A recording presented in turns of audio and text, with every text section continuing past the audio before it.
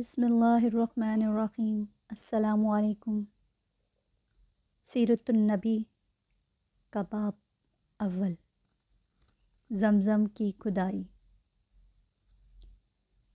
حضرت ابراہیم علیہ السلام کے بیٹے حضرت اسماعیل علیہ السلام کے 12 بیٹے تھے۔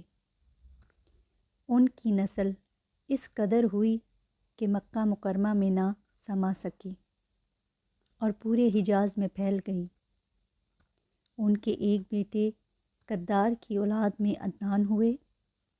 عدنان کے بیٹے ماد اور پوتے کا نام نزار تھا۔ نزار کے 4 بیٹے تھے، ان میں سے ایک کا نام مضر تھا۔ مضر کی نسل سے قریش بن مالک پیدا ہوئے۔ یہ فہر بن مالک بھی کہلائے۔ قریش کی اولاد بہت ہوئی۔ ان کی اولاد مختلف قبیلوں میں بٹ گئی۔ ان کی اولاد سے قصا نے اقتدار حاصل کیا۔ قصا کے آگے 3 بیٹے ہوئے۔ ان میں سے ایک عبد مناف تھے، جن کی اگلی نسل میں ہاشم پیدا ہوئے۔ ہاشم نے مدینے کے ایک سردار کی لڑکی سے شادی کی۔ ان کے یہاں ایک لڑکا پیدا ہوا، اس کا نام شیبہ رکھا گیا۔ یہ پیدا ہی ہوا تھا کہ ہاشم کا انتقال ہو گیا۔ ان کے بھائی مطلب مکہ کے حاکم ہوئے۔ ہاشم کا بیٹا مدینہ منورہ میں پرورش پاتا رہا۔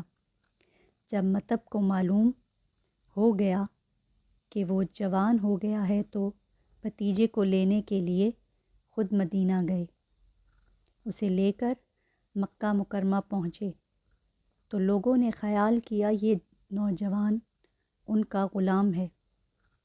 مطلب نے لوگوں کو بتایا یہ ہاشم کا بیٹا اور میرا بھتیجا ہے۔ اس کے باوجود لوگوں نے اسے مطلب کا غلام ہی کہنا شروع کر دیا۔ اس طرح شیبہ کو عبد المطلب کہا جانے لگا۔ انہیں عبد المطلب کے یہاں ابو طالب، حمزہ، عباس، عبداللہ، ابو لہب، حارث، زبیر، زرار اور عبد الرحمن پیدا ہوئے۔ ان کے بیٹے عبداللہ سے ہمارے نبی حضرت محمد صلی اللہ علیہ وآلہ وسلم پیدا ہوئے۔ عبد المطلب کے تمام بیٹوں میں حضرت عبداللہ سب سے زیادہ خوبصورت اور سب سے زیادہ پاک دامن تھے۔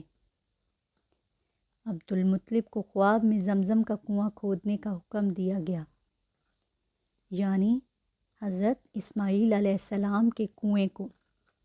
اس کنویں کو قبیلہ جرہم کے سردار مزاز نے پاٹ دیا تھا۔ قبیلہ جرہم کے لوگ اس زمانے میں مکے کے سردار تھے، بیت اللہ کے نگراں تھے۔ انہوں نے بیت اللہ کی بے حرمتی شروع کر دی۔ اس کا سردار مزاز بن عمرو تھا۔ وہ اچھا آدمی تھا۔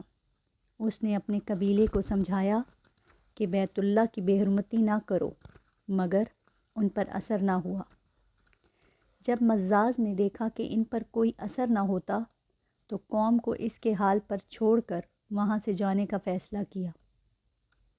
اس نے تمام مال و دولت، تلواریں اور زریں وغیرہ خانہ کعبہ سے نکال کر زمزم کے کنویں میں ڈال دیں اور مٹی سے اس کو پاٹ دیا۔ کنواں اس سے پہلے ہی خشک ہو چکا تھا، اب اس کا نام و نشان مٹ گیا۔ مدتوں یہ کنواں بند پڑا رہا۔ اس کے بعد بنو خزاع نے بنو جرہم کو وہاں سے مار بھگایا۔ بنو خزاع اور قصا کی سرداری کا زمانہ اسی حالت میں گزرا۔ کنواں بند رہا یہاں تک کہ قصا کے بعد عبد المطلب کا زمانہ آ گیا۔ انہوں نے خواب میں دیکھا۔ خواب میں انہیں زمزم کے کنویں کی جگہ دکھائی گئی اور اس کے کھودنے کا حکم دیا گیا۔ حضرت علی رضی تعالیٰ عنہ سے روایت ہے کہ عبد المطلب نے بتایا، میں حجرہ اسود کے مقام پر سو رہا تھا کہ میرے پاس ایک آنے والا آیا۔ اس نے مجھ سے کہا طیبہ کو کھو دو۔